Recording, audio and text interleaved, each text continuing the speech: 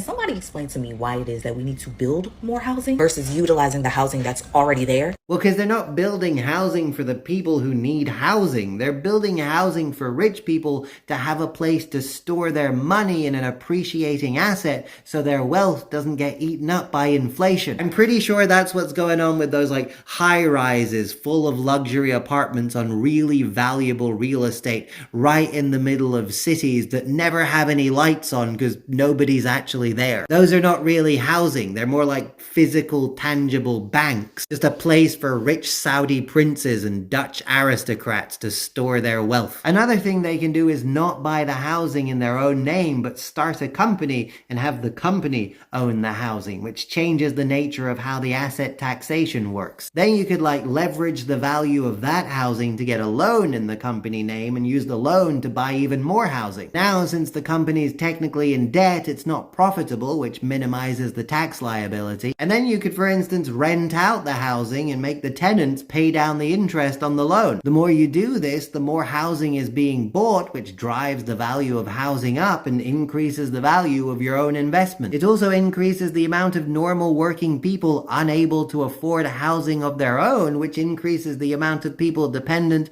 on renting housing from you in order to not be homeless. Essentially, I think the billionaire investors and the bankers have figured out a way to work together to monopolize the entire housing market and turn it into an infinite money glitch. At the expense of an awful lot of suffering, of course, but that seems to be the general underlying status quo of our entire civilization, so no big deal there.